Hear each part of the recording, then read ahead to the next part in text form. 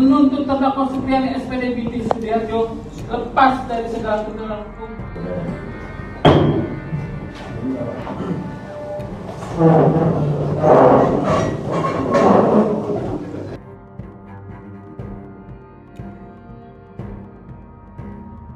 Guru Supriyani dituntut bebas dari tuduhan aniaya siswanya anak polisi. Guru honorer Supriyani dituntut bebas dalam sidang pembacaan tuntutan yang berlangsung di Pengadilan Negeri Andulo, Konawe Selatan, Sulawesi Tenggara, pada Senin, tanggal 11 November tahun 2024. Tuntutan ini disampaikan oleh Jaksa Penuntut Umum, JPU, Ujang Sutisna. Dalam sidang tersebut, JPU Ujang Sutisna menyatakan bahwa Supriyani yang didakwa atas tuduhan penganiayaan terhadap seorang murid SD yang merupakan anak seorang polisi, seharusnya dibebaskan dari segala tuntutan hukum. Menuntut supaya Majelis Hakim Pengadilan Negeri Andulo yang memeriksa dan mengadili perkara ini memutuskan. Menuntut terdakwa Supriyani lepas dari segala tuntutan hukum, ujar Ujang Sutisna saat membacakan tuntutan. Sebelumnya, kuasa hukum Supriyani, Andri Darmawan meminta Jaksa Penuntut Umum, JPU, bisa menuntut bebas kliennya dari tuduhan penganiayaan anak polisi, Aibda WH.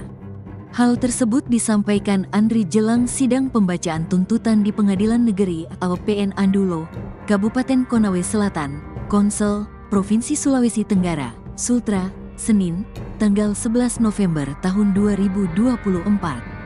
Harapan ini karena dari beberapa fakta persidangan dan keterangan saksi-saksi tidak ada bukti kuat yang menyebut Supriyani melakukan pemukulan seperti yang dituduhkan orang tua korban. Kami berharap berdasarkan fakta-fakta persidangan tidak ada bukti yang membuktikan Ibu Supriyani telah melakukan pemukulan, katanya, Minggu, tanggal 10 November tahun 2024.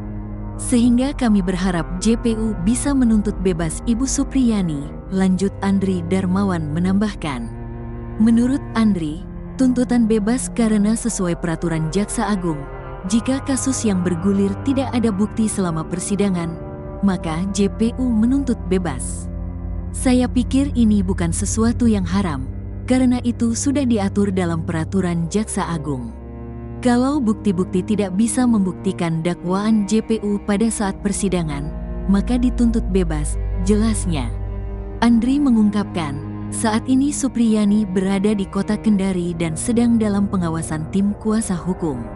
Karena memang kemarin ada banyak pihak-pihak yang mencoba menggiring-giring mau bertemu dengan Supriyani, ujar Andri. Menuntut terdakwa Supriyani SPD binti Sudiharjo lepas dari segala tuntutan hukum atau masalah teknologi terhadap terdakwa Supriyani SPD binti Sudiharjo sebagaimana didakwa melanggar 1 Pasal 80 ayat 1 Junto Pasal 76 huruf C Undang-Undang Republik Indonesia Nomor 35 tahun 2014 tentang perubahan atas Undang-Undang 23 tahun 2002 tentang perlindungan anak sebagaimana telah diubah menjadi Undang-Undang Nomor 17 tahun 2016 tentang penetapan pemerintah pengganti Undang-Undang Nomor 1 tahun 2016 tentang perubahan kedua atas Undang-Undang Nomor 23 tahun 2002 tentang perlindungan anak sebagaimana surat dakwaan.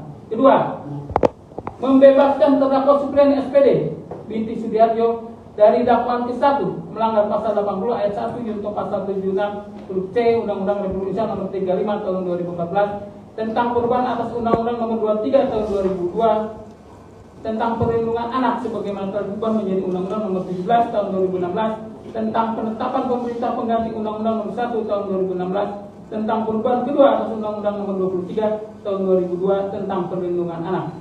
Ketiga, menetapkan barang bukti berupa 1 pasang baju seragam SD dengan baju lengan pendek motif batik dan celana panjang di warna merah dikembalikan kepada saksi Nur Fitriana. 1 buah sapu ijuk merek Kidosi Star warna hijau dikembalikan kepada saksi Sanal SPD. Keempat, biaya perkara sebesar Rp5.000 dibebankan kepada negara.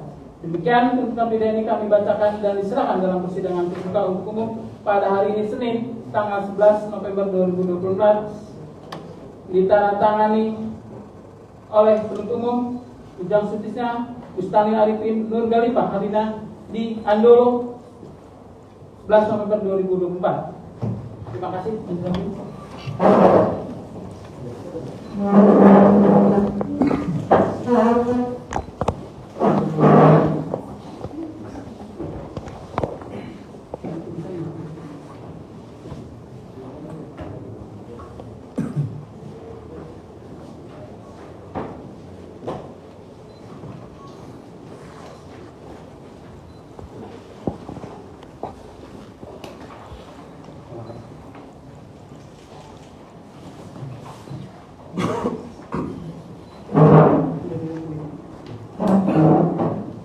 Baik, saudara terdakwa ya, sudah dibacakan tuntutan saudara tadi. Sudah mengerti ya?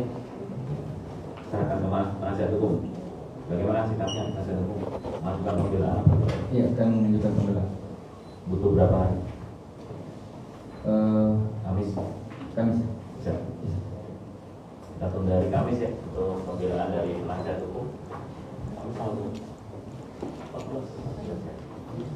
Sidang kita tunda sampai hari Kamis tanggal 14 November 2024 dengan agenda pembelaan dari penasihat hukum terdakwa. Sidang ditunda dan ditutup.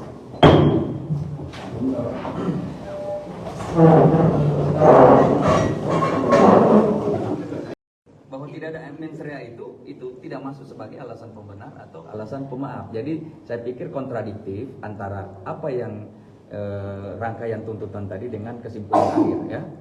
Kesimpulan akhir. Jadi saya pikir jaksa kebingungan memformulasikan ini ya.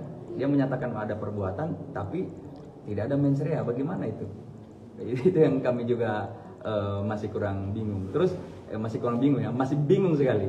Kemudian kedua, bahwa kalau itu dikatakan bahwa itu yang menghilangkan misalnya pidananya, itu akan kita pertanyakan itu masuk alasan pembenar atau pemaaf, karena ketiadaan mens rea itu bukan masuk sebagai alasan pembenar atau pemaaf ya. Alasan pembenar misalnya dia ada perintah jabatan ya, atau dia misalnya ada keadaan darurat, ada pembelaan terpaksa ya.